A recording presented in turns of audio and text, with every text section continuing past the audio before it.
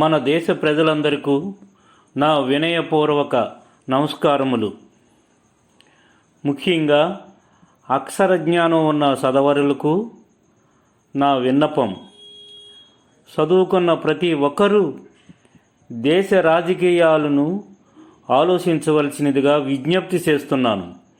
చదువుకున్న ప్రతి ఒక్కరూ ఈ దేశ రాజకీయాలను ఆలోచించవలసినదిగా విజ్ఞప్తి చేస్తున్నాను. జీవనోపాధికి ఇబ్బంది లేదు అనేవారు ప్రతి ఒక్కరూ రాజకీయాల గురించి ఆలోచన చేయాలి. జీవనోపాధికి ఇబ్బంది లేదు అనేవారు ప్రతి ఒక్కరూ రాజకీయాల గురించి ఆలోచన చేయాలి. పెద్ద పెద్ద చదువులు చదువుకున్న వారు రాజకీయాలలో కథానాయకులుగా ముందుకు రావాలి.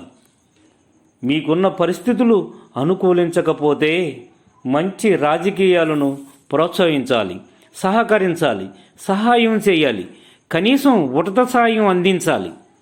లేకపోతే స్వేచ్ఛ స్వాతంత్ర్యాలకు భంగం వాటిల్లుతుంది, ఆత్మాభిమానం దెబ్బతింటుంది, మానసికంగా కృంగిపోతారు. మెరిట్ అభ్యర్థులు కూడా జీవన రంగంలో ఓడిపోతారు.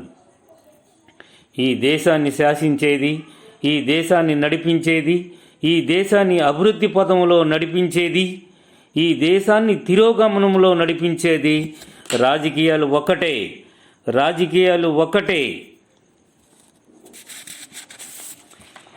ఈ దేశంలో బిచ్చగాళ్లను పెంచేది, ఈ దేశంలో బిచ్చగాళ్లను పౌరులుగా తీర్చిదిద్దేది, ఈ దేశంలో నిరుద్యోగులుగా తయారు చేసేది, ఈ దేశంలో ఉద్యోగస్తులుగా తయారు చేసేది రాజకీయాలు ఒక్కటే. రాజకీయాలు ఒక్కటే. ఈ దేశంలో ఆత్మహత్యలు పెరగటానికి, ఈ దేశంలో ఆత్మహత్యలు నివారించడానికి, ఈ దేశంలో తలసరి ఆదాయం పెరగటానికి, ఈ దేశంలో బేకారులుగా తయారవటానికి రాజకీయాలు ఒక్కటే. రాజకీయాలే ప్రముఖ పాత్ర పోషిస్తున్నాయి. రాజకీయాలు లేనిదే రాజ్యం లేదు, రాజ్యం ఉంటే రాజకీయాలు ఉంటాయి. రాజ్యపాలనలో చదువుకున్న నిజాయితీ పరులు కథానాయకులుగా రావాలి. రాకపోతే అవినీతి పెరిగిపోతుంది, అన్నింటా కల్తీ పెరిగిపోతుంది. కల్తీల వలన ప్రజలు జీవోత్సవాలుగా మారిపోతారు, ఉన్నట్టు ఉండి పడిపోతూ ఉంటారు. ఏమి మాట్లాడుతున్నారో వారికే తెలీదు. వారి ఆస్తులు భూములు కబ్జా అయిపోతాయి. అవినీతి పరుల వలన అనర్థం అంతా ఇంతా కాదు. ఒకసారి ఆలోచించండి మిత్రులారా. ఈ భారతీయ చైతన్య పార్టీ సమాజ సిద్ధాంతం వైపు అడుగులు వేస్తున్న పార్టీ. ఈ దేశంలో అవినీతి కనుమరుగవ్వాలని, ఈ దేశంలో అవినీతి కనుమరుగవ్వాలని, పారదర్శక ఆర్థిక వ్యవస్థ ఏర్పడాలని, తక్కువ వడ్డీకి బ్యాంకు రుణాలు లభించాలని, మౌలిక వసతులు నిర్మాణం ఏమీ తగ్గాలని సాటి చెబుతూ అడుగులు వేస్తున్నాం. అలాగే తీవ్రవాదం, ఉగ్రవాదం, ఏర్పాటువాదం అంతరించాలని, కులం, మతం, భాష, ప్రాంతీయవాదాలు అంతరించాలని, పేద మధ్యతరగతి కుటుంబాలకు ఎక్కువ శాతం సబ్సిడీలు రావాలని నిరంతరం ఆలోచన చేస్తున్నాం. దేశ జనాభాకు మౌలిక వసతులు తేలికగా సాధ్యమవ్వాలని, ప్రతి శ్రమకూలికి తలసరి ఆదాయం పెరగాలని, ఉద్యోగాలు భారీగా పెరగాలని, ప్రజలందరికీ సామాజిక భద్రత ఉండాలని ఆలోచిస్తూ ఉన్నాం.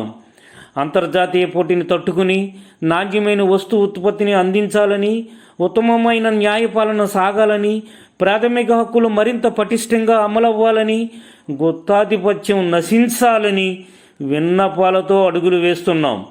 ధర్నాలతో ముందుకు సాగుతూ ఉన్నాం.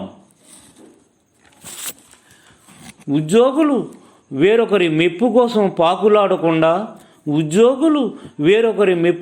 పాకులాడకుండా ఈ దేశ మిలిటరీ సైన్యంలా పనిచేయాలని, అడ్డగోలు సంపాదనకు, అడ్డగోలు పథకాలకు ఆశపడకుండా భారత జాతి బిడ్డల వలె భారత జాతికి, భారత భూమికి కీర్తి ప్రతిష్టలు తేవాలని శక్తి వంచన లేకుండా వివరిస్తూ ఉన్నాం.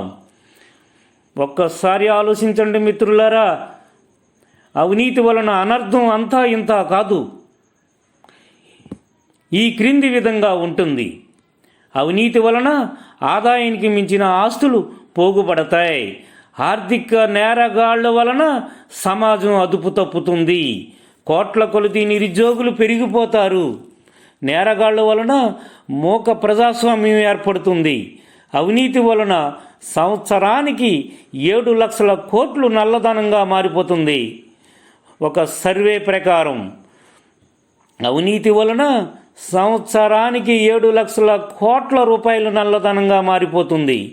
సర్వే ప్రకారం అవినీతి దుర్మార్గుల వలన కేంద్ర రాష్ట్రాలకు ఆదాయం పడిపోతుంది.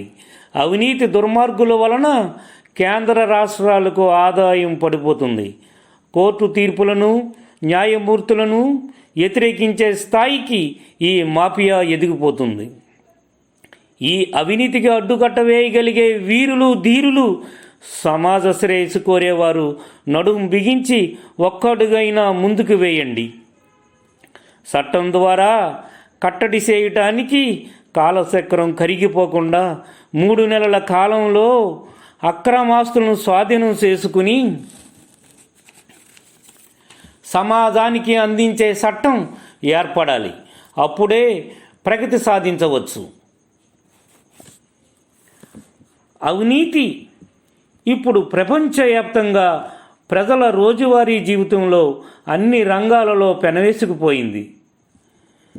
అవినీతి అనగా లంచం, నల్లధనం, బెనామీ ఆస్తులు, ఆదాయానికి మించిన ఆస్తులు, పన్ను ఎగవేతలు, మనీ లాండరింగ్, అధిక లాభాలు పొందటం, ఆహార ధాన్యాలు అక్రమ నిల్వలు, ఆహార కల్తీ, మనుషులు అక్రమ రవాణా, మాదక ద్రవ్యాలు అక్రమ రవాణా, బ్లాక్ మార్కెటింగ్, మోసం, ఫోర్జరీ, మోసపూరితంగా ఆస్తులు దుర్వినియోగం, విశ్వాసఘాతకం, ఖాతాల రాయటంలో మోసాలు, బెనామీ లావాదేవీలు, కార్పొరేట్ ఫోరెన్సిక్, ఈ మోసాలన్నీ అవినీతే. ఈ మోసగాళ్లకు కోర్టులే సరైన శిక్షలు వేయాలి. లేకపోతే న్యాయ వ్యవస్థకు మచ్చ ఏర్పడుతుంది. కోర్టు దృష్టికి వచ్చే కేసులు చాలా తక్కువ. అందువలన కోర్టులు అలసత్వం చూపించరాదు. అవినీతి అంతం అయితే ఈ క్రింది విధంగా అభివృద్ధి పరుగు పెడుతుంది. ఒక్కసారి ఆలోచించండి. అవినీతి అంతం అయితే అభివృద్ధి ఈ క్రింది విధంగా పరుగు పెడుతుంది. ఒకసారి ఆలోచించండి మిత్రులారా. అవినీతి అంతం అయితే స్థానిక ప్రభుత్వాలకు, కేంద్ర రాష్ట్ర ప్రభుత్వాలకు అదనంగా ఆదాయం వస్తుంది. ప్రజలు వినియోగించే వస్తువుల ధరలు తగ్గిపోతాయి. సమాజ వ్యవస్థకు ఆర్థిక వ్యవస్థ తోడ్పడుతుంది. బ్యాంకులు తక్కువ వడ్డీకి రుణాలు అందిస్తుంది.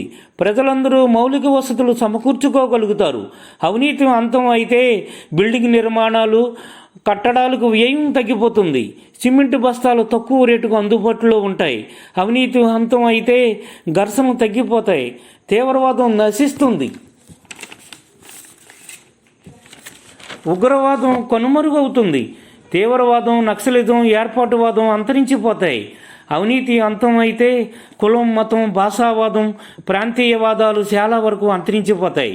పేద మధ్య తరగతి కుటుంబాలకు కల్తీ లేని ఆహారం దొరుకుతుంది. అవినీతి అంతం అయితే పేద మధ్య తరగతి కుటుంబాలకు కల్తీ లేని ఆహారం దొరుకుతుంది. పేద ప్రజలకు ఆహారం సమృద్ధిగా దొరుకుతుంది.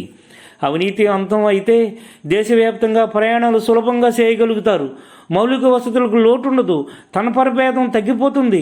ప్రతి పట్టణాలలో, గ్రామాలలో పనులు దొరుకుతాయి. తలసరి ఆదాయం పెరుగుతుంది.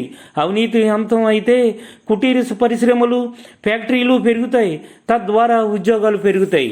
పౌరులందరూ సామాజిక భద్రత కల్పన సాధ్యమవుతుంది. పౌరులందరికీ సామాజిక భద్రత కల్పన సాధ్యమవుతుంది. అవినీతి అంతం అయితే పన్ను వేగవేతలు చాలా వరకు తగ్గిపోతాయి.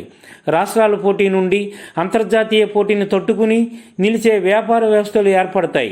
అవినీతి అంతం అయితే అత్యున్నతమైన న్యాయపాలన సాధ్యమవుతుంది.